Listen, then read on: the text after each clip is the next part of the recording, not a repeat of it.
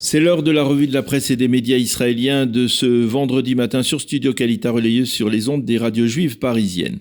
Les quotidiens israéliens se penchent encore ce matin sur les tractations en vue de la formation d'un gouvernement, alors que les tractations entre Bleu-Blanc et le Likoud restent dans l'impasse. On a noté hier un net rapprochement entre Bleu-Blanc et Israël Beitenou d'Avigdor Lieberman. Les deux formations pourraient d'ailleurs bien conclure prochainement un accord de coalition, le premier depuis la tenue des élections du 9 avril dernier. L'ensemble des quotidiens israéliens mentionne ces développements. Dans le Israël Hayom, Eitan Orkabi consacre ce matin son éditorial à la presse israélienne et il rappelle qu'il y a plus de 20 ans, celle-ci était totalement entre les mains de la gauche israélienne et que Binyamin Netanyahou a voulu, au fil des ans, en tant que Premier ministre, modifier légitimement cette tendance afin que la presse israélienne soit plus équilibrée et pluraliste, car c'est un paramètre, écrit-il, déterminant dans une véritable démocratie. Fin de citation. L'avocat du Premier ministre Amit Haddad reste optimiste dans une interview accordée hier soir au journal télévisé du site orthodoxe Kikar HaShabbat. Amit Haddad s'est déclaré persuadé que le conseiller juridique du gouvernement Avichai Mendelblit fermera sans poursuite judiciaire les dossiers 1000, 2000 et 4000 concernant Binyamin Netanyahou. Une appréciation osée alors que les observateurs de la presse généraliste ont tendance à affirmer que M. Netanyahou ne devrait pas échapper à un acte d'accusation même si celui-ci devait être minimisé. Et justement, à propos des enquêtes concernant le Premier ministre, le quotidien économique Globes a publié dans son édition parue hier soir un sondage qui confirme que la confiance des Israéliens pour leur système juridique s'effrite de plus en plus. 35% des personnes interrogées ont affirmé qu'elles avaient une haute estime pour la justice israélienne, mais 31% ont affirmé le contraire. Le reste, à savoir plus de 30%, ont répondu ni l'un ni l'autre. Le sondage confirme que la confiance en la justice israélienne est plus grande chez ceux qui s'identifient à la gauche que chez ceux qui s'identifient à la droite nationaliste.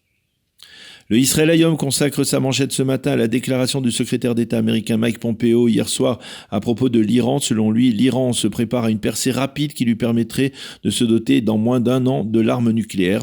Il est temps que les nations du monde se dressent face à ces menaces, a dit Mike Pompeo. L'AIE a publié un communiqué dans lequel elle reconnaît officiellement que l'Iran violait l'accord de Vienne de 2015 et le Israël Hayom lui cite en évidence la réaction très ferme de Binyamin Netanyahou qui accuse l'Iran de mentir. Nous ne permettrons pas à l'Iran de se doter de l'arme nucléaire, a déclaré le Premier ministre israélien.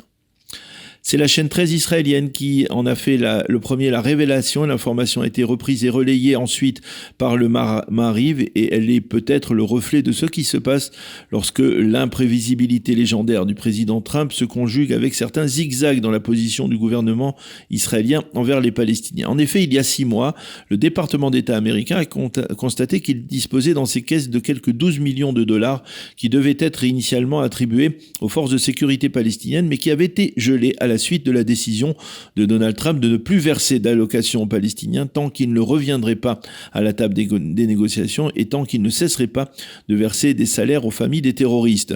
Les diplomates américains ont appelé l'ambassadeur d'Israël à Washington, Ron Dermer. Celui-ci a fait passer un message clair de la part de Binyamin Netanyahou, à savoir qu'il fallait tout de même virer cette somme aux forces palestiniennes afin que la coordination sécuritaire entre Israël et les Palestiniens puisse se poursuivre.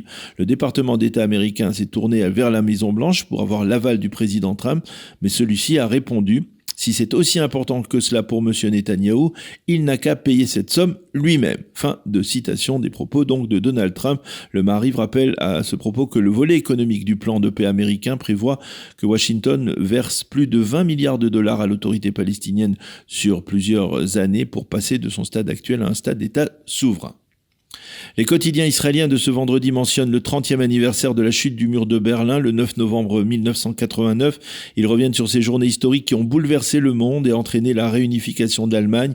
Le Yediot Ahronoth a envoyé à Berlin son principal éditorialiste Nahum Barnea qui insiste dans son commentaire sur cette date du 9 novembre en rappelant que le 9 novembre 1923 a marqué la première tentative manquée d'Adolf Hitler de prendre le pouvoir en Allemagne et que le 9 novembre 1938 a marqué, on le sait, la terrible nuit de cristal. Il rappelle comment cette nuit du 9 novembre est devenue formatrice pour celui qui deviendra ensuite le tsar moderne de la Russie, Vladimir Poutine. Dans le Maariv, c'est Gidon Kutz, le correspondant du journal en Europe, qui revient 30 ans en arrière et se souvient des événements qu'il a couverts à l'époque pour la presse et les médias israéliens. Le Israël Hayom nous présente celle qui s'apprête à devenir la première femme commandante d'un bataillon de combat dans l'artillerie israélienne. Elle s'appelle Efrat Kikov Levi et sera élevée prochainement au grade de lieutenant-colonel. Et ce faisant, elle ouvre une nouvelle page, on peut le dire, dans l'histoire de Tzahal. Le Yediot Aharonot poursuit ce matin sa très vaste enquête sur le système hospitalier israélien et se demande en manchette comment sauver ce système et dans l'ensemble le système de santé publique israélien qui apparemment a besoin de plusieurs milliards de shekels pour se refaire, si l'on peut dire, une santé. Et puis nous terminerons cette revue de la presse israélienne en parlant cuisine, puisque le site Ynet mentionne ce matin en évidence que Moshik Roth n'est plus depuis hier le seul et unique chef israélien à posséder une étoile du guide Michelin. Le second n'est autre qu'Erez Ochayon du kibbutz Engev qui dirige depuis 2 ans un restaurant au cœur de la Toscane. Le Ynet cite la réaction d'Erez Ochayon: avoir une étoile dans le guide Michelin est fantastique pour moi, et pour un chef c'est quelque chose qui restera marqué pour toute sa vie. Fin de cette revue de la presse et des médias israéliens ce matin sur Studio Kalita.